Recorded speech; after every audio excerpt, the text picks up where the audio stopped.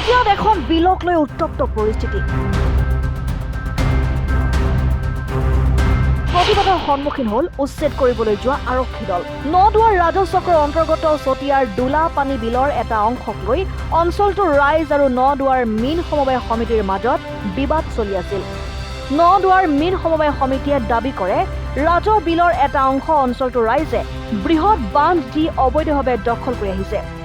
আনহাতে অঞ্চলটোৰ ৰাইজৰ দাবী ৰাইজে দখল কৰি ৰখা বিলখন ৰাজহ বিল নহয়।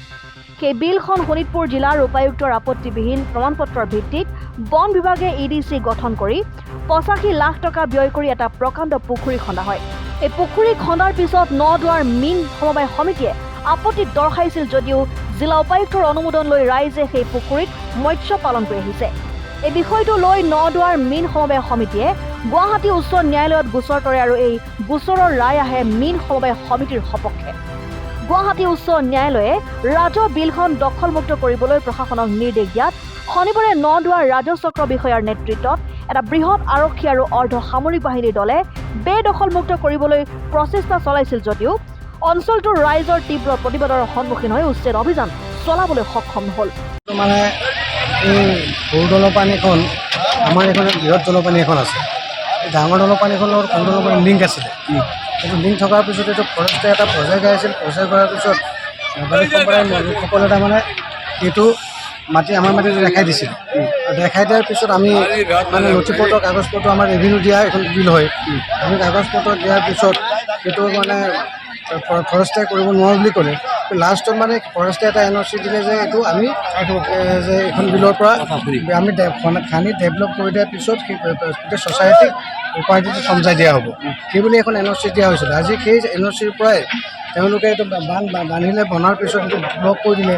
ব্লক কৰি দিয়াৰ পিছত প্ৰায় 3 বছৰ দিন এইটো এনেকৈ পৰ্যায়ত আছে। আৰু লগতে আমি ইয়াৰ বহুত জেগাত লাগি DC অফিচ লাগি SDC লাগি সমস্ত লাগি মেলি আমি কামটো নকৰাৰ কাৰণে হাইকোৰ্ট কৰিবলগীয়া হ'ল। হাইকোৰ্ট কৰাৰ পিছত এতিয়া হাইকোৰ্টৰ এই ৰায় আহিল আৰু ইমানখিনি ফ'ৰ্চ অনাৰ পিছতো আজি এই পৰ্যায়টো ইমান ফ'ৰ্চ অহাৰ পিছত ইভেকশ্যন কি ইভেকশ্যন হ'ল মই গম নাপাওঁ। ইভেকশ্যনটো মানে যে ইভেকশ্যন বুলি কওঁতে এওঁলোক চাবই নালাগিছিলে। তাৰপিছতে চবকে হটাই দি পেলাই ইভেকশ্যনটো খনা মেলা কৰি দিব লাগিছিল। কিন্তু এতিয়াতো আলোচনাই হ'ল। SDC বাইদেউৰ লগতে মানে আমাৰ OC ছাৰ বা বিভিন্নজন বিষয়াই মানে কেৱল আলোচনাই কৰিলে। আলোচনা কৰাৰ পিছততো চল্ভ কেনেকৈ নহয়, আলোচনা কৰিলেতো চল্ভ নহয়। ইভেকশ্যন হ'ব লাগিছিল। ইভেকশ্যনতো কোনো এইটো হেৰিয়ে নহ'ল, ইভেকশ্যনৰ মানে নমুনা নহ'লেই। মই সেইকাৰণে এইটো কথা ক'ব বিচাৰিছোঁ যে এইটো এটা সাংঘাতিক মানে হাইকোৰ্টৰ অৱমাননা কৰা হৈছে।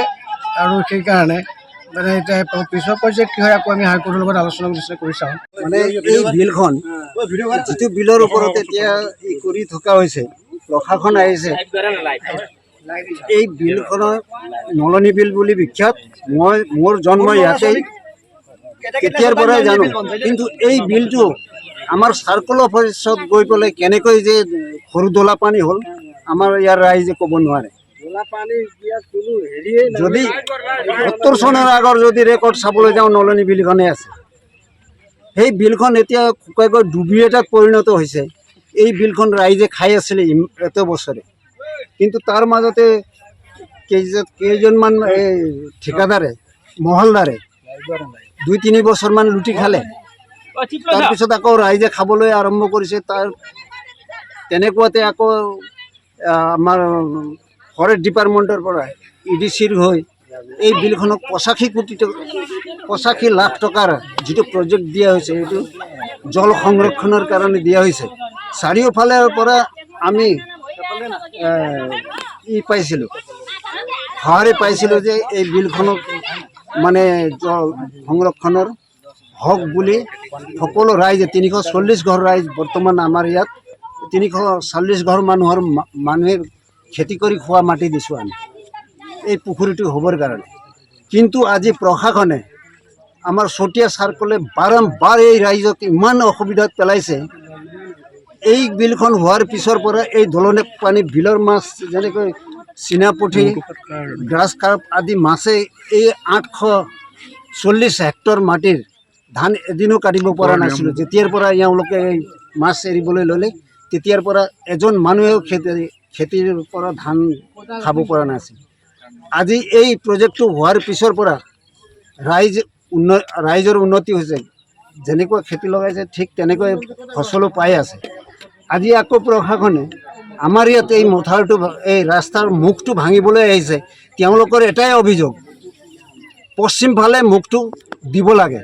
চাৰ্কল অফিচে বাৰে বাৰে আমাক কৈ আছে, এই নদুৱাৰ মৎস্য সমবায়ে তেওঁলোকক হেঁচা দিছে পশ্চিম ফালে মুখটো কৰিব। আমি পূবফালে মুখটো দিছোঁ পুখুৰীৰ পানীটো গৈ পূব ফালৰ পৰা পশ্চিমলৈ আহে। পশ্চিমত যদি আমি এই পুখুৰীৰ মুখটো ৰাখি দিওঁ, তেতিয়াহ'লে সিফালৰ পৰা বাঢ়নি পানীয়ে আহি গোটেই মথাউৰিটো ভাঙি দিব। সেইকাৰণে ৰাইজে এই বস্তুটো সুৰক্ষিত ৰাখিবৰ কাৰণে আজি কেইবা বছৰো ধৰি প্ৰশাসনৰ লগত যুঁজ কৰিবলগীয়া হৈছে। চতিয়াৰ পৰা চাহিৰুল ইছলামৰ ৰিপৰ্ট, অসম টাইম।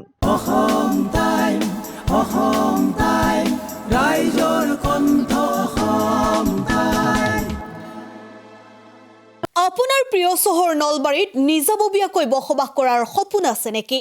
চহৰৰ মাজমজিয়াত মাটি কিনি ঘৰ সাজি লোৱাৰ সমস্যাই দেখা দিছে নেকি? সেই সমস্যা এতিয়া আৰু নাই। চহৰৰ মাজমজিয়াত মাটি নিকিনাকৈ নিজে ঘৰ নসজোৱাকৈ এটা বিলাসী ঘৰৰ গৰাকী হ'ব পাৰিব আপুনি। নলবাৰীত প্ৰথমবাৰৰ বাবে সেই সুবিধা আহিছে।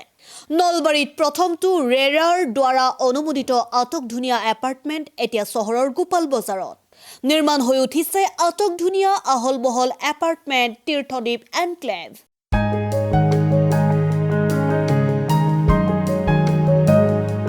চহৰৰ গোপাল বজাৰৰ DIC পথত নিৰ্মাণ হৈ উঠিছে তীৰ্থদ্বীপ এনক্লেভ এপাৰ্টমেণ্ট। 2টা আৰু 3টা আটকধুনীয়া শুৱনি কোঠাযুক্ত সপোনৰ ঘৰ, যথোপযুক্ত গাড়ী পাৰ্কিঙৰ সুবিধা, নিৰিবিলি পৰিৱেশ, যাতায়াত আৰু যোগাযোগৰ উপযুক্ত সুবিধা। আপোনাৰ সপোনৰ ঘৰখনৰ বাবে ন্যূনতম হাৰত বুকিং চলি আছে। পলম নকৰি এতিয়াই যোগাযোগ কৰক 9706010636 আৰু 9954253864 নম্বৰত।